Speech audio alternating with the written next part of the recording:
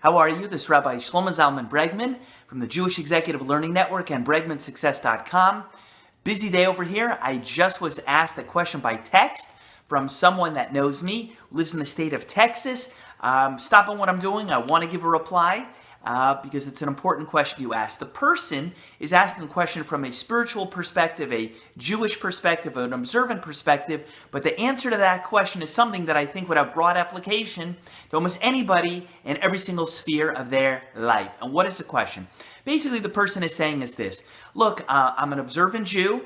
I keep the commandments as best I can. I live in the great state of Texas, from where a lot of my YouTube questions are coming recently. So, keep going, Texas. Hook 'em horns, whatever works for you.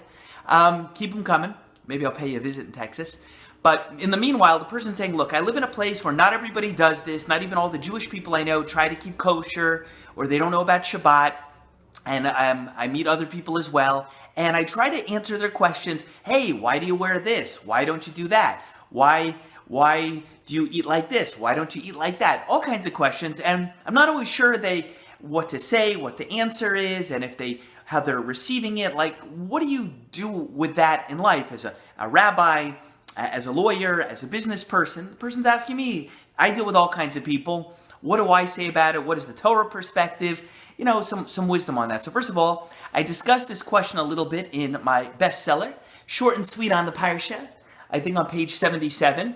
You, in Texas, if you have a copy, you should see there, and you'll see some more of the Torah sources from the actual text and the Talmud and the Midrash from where I come up with this response. But here's the short answer, and that is, in life, people will be comfortable with your stuff, whatever your stuff is, in general, if you yourself are comfortable with it. If you believe that what you say or do or won't say or won't do, or how you dress, or you got this round flying saucer on your head, or whatever else it is you do, if you believe your thing is weird or strange, or you're not comfortable with it, other people around you to that degree will be a little bit uncomfortable with it. As you try to explain it or show it or wear it, whatever it is in daily life, people will sense a little bit that you're not fully comfortable with it, and to that degree that you're not, when you explain something, it'll be a little bit funny, a little bit strange. But to the opposite extent, the degree to which you're comfortable,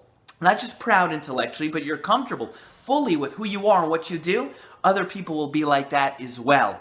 I find this in general too. People are like, hey, can you explain to me why you Jewish people don't eat this, or come here, or don't do that, or observe that, or I saw that, like, what's that about? So I'm really, really comfortable with it, and I explain to them, they're like, yeah, that's cool. And that applies to a lot of things in life. Sometimes a person comes from a divorce background, and they try to explain it to people, but if they're not comfortable with it, why he is divorced, or she is divorced, or you were divorced, if you're not comfortable with it, other people won't be. But if you explain it with comfort and you're rooted and grounded in your explanation, people will be fine. Sometimes a person's out there in the business world and he's selling something, she's selling something, and when the topic of price comes up, you start to stammer.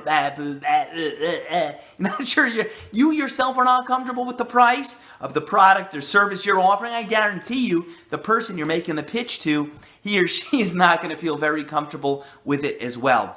So the degree to which you yourself can become fully grounded in terms of knowledge, but also emotionally comfortable with the things you do in life, other people will be like, yeah, it's cool, it's all good, let's roll, let's make it happen. Okay? So that would be the tip that I could give you. Continue to learn, deepen your knowledge, send your questions to me or other responsible rabbinic management, somebody else who can help you. This applies to anything else in life. If you feel good about who you are and what you do, people will sense it. It gives off a smell, almost like when they interact with you on an energetic level, they feel, I'm dealing with a person who's comfortable with their thing in life, and people will feel comfortable with that and feel comfortable with you, and you'll just feel it, okay? Anyway, I hope that helped you a lot.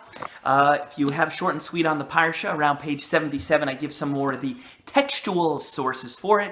It comes from Yaakov, when he's meeting with Esav, that's Jacob and Esau, when he explains to him in Torah portion by Yishlach. He has a Yeshich Shor v'Chamor. It's a whole thing in the Midrash. Look it up. It's great stuff. Anyway, Rabbi Shlomo Zalman Bregman of the Jewish Executive Learning Network. Hope this helped you. We will see you the next time on this channel. Please subscribe. Bye.